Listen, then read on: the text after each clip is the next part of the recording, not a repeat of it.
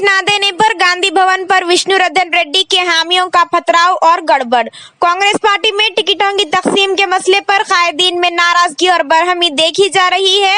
हैदराबाद के jubilee hills assembly हलके से साबिर रकन असेंबली विष्णुवर्धन रेड्डी को टिकट न देने पर इनके हामियों ने गांधी भवन पर पथराव किया और कांग्रेस के झंडे जला डाले। इसके अलावा रेवंत रेड्डी की तस्वीर को फाड़ दिया।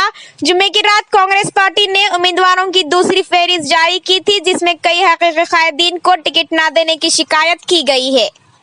यशोदा हॉस्पिटल्स ने ब्रेन स्ट्रोक पर बेदारी प्रोग्राम का आगाज किया। Hyderabad city additional police commissioner G Sudheer Babu ने यशोदा हॉस्पिटल की तरफ से वर्ल्ड स्ट्रोक डे के मौके पर शुरू किए गए ब्रेन स्ट्रोक बेदारी प्रोग्राम का इफ्तिताह किया है।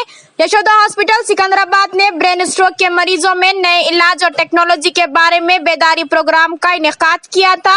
फॉलिज एक खतरनाक बीमारी है जो अनजाने में इंसान को माजूर कर देती है। ये अचानक एक ऐसे शख्स को बदल देता है जो तब तक सेहतमंद नजर आता है। एक माजूर शख्स में एक प्रेस रिलीज में कहा गया है कि आखिरकार जिंदा बच जाने वाले भी मर जाएंगे। ज्यादातर लोगों को 50 साल की उम्र के बाद फालिज का खतरा ज्यादा होता है, इसलिए बेहतर है कि आपकी उम्र बढ़ने के साथ साथ बाकायदगी से मेडिकल चेकअप कराया जाए।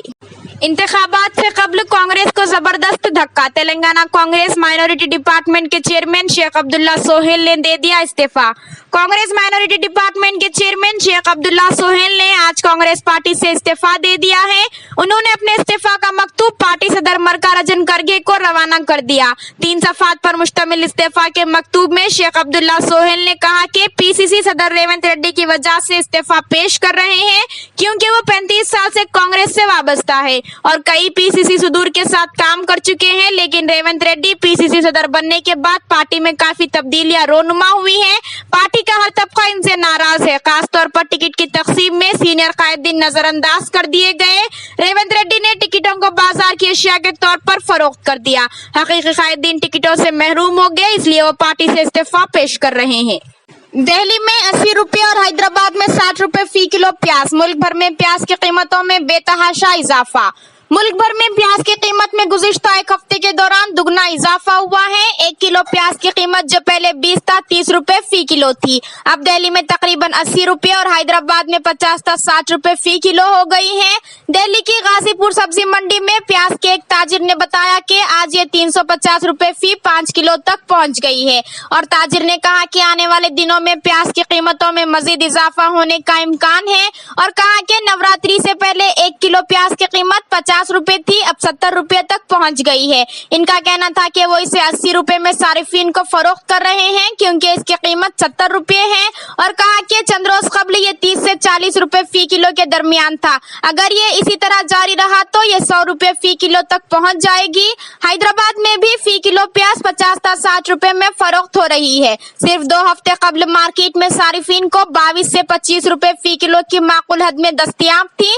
खरीदार तकरीबन 50 था 60 रुपए फी किलो खर्च कर रहे हैं। सुपरमार्केटों में वो 53 रुपए और ग्रोसरी डिलीवरी एप्लीकेशंस पर 55 रुपए और रिटेल दुकानों में 60 रुपए फरोख्त हो रही है। फलस्तीन में इंटरनेट फोन खिदमात मुतासिर, बाकी दुनिया से राब्ता कट गया। हुकूमत ने कहा है कि इजराइल ने जुमे को गजा की पट्टी में मवासिलात और ज्यादातर इंटरनेट मुनक़ता कर दिए हैं। हुकूमत के मीडिया ऑफिस ने कहा कि इजराइल शुमाली गजा में शदीद हमलों के बाद फिजाई, जमीनी और समंदरी रास्तों से कत्लेआम का इर्तिकाब करने के लिए यह कदम उठा रहा है।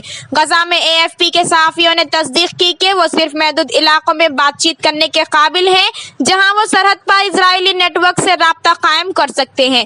फलस्तीनी टेलीकॉम फराहम कुनिंदा जवाल ने इलाके में तमाम मवासिलाती खिदमात और इंटरनेट को मुकम्मल तौर पर मुनक़ता करने का ऐलान किया है।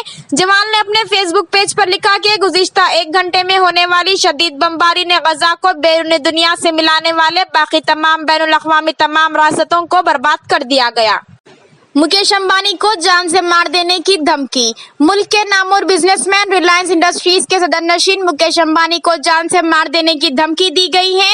इनसे 20 करोड़ रुपए देने का मुतालबा किया गया, बसूरत दीगर जान से मार देने की धमकी दी गई। इन्हें धमकियां में ईमेल पैगाम रवाना किया गया, जिसमें कहा गया है कि मेल रवाना करने वाले ने लिखा इनके पास शार्प शूटर्स हैं।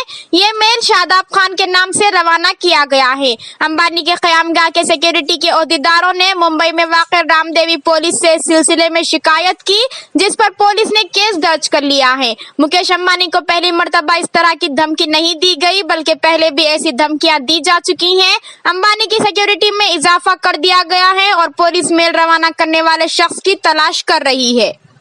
इजराइल और हमास के दरमियान फौरी जंग बंदी के लिए अक़वाम मुत्तहिदा में करारदाद मंजूर, हिंदुस्तान समेत 45 ममालिक वोटिंग में गैर हाजिर। अक़वाम मुत्तहिदा में इजराइल और हमास के दरमियान जारी जंग को बंद करने का मुतालबा करते हुए एक करारदाद मंजूर की गई है। इस करारदाद की तायद में 120 ममालिक ने वोट देते हुए इंसानी हमदर्दी के नुक्ता नजर से दोनों फरीकों के दरमियान फौरी जंग बंदी का मुतालबा किया। इसमें कहा गया है कि इंसानी इमदाद बगैर किसी रुकावट के गजा तक पहुँचनी चाहिए। हिंदुस्तान ने इस करारदाद पर हुई वोटिंग से बहुत दूर है। हिंदुस्तान की वोटिंग में अदम मौजूदगी की वजह यह बताई जा रही है कि करारदाद में हमास के हमले का कोई जिक्र नहीं है।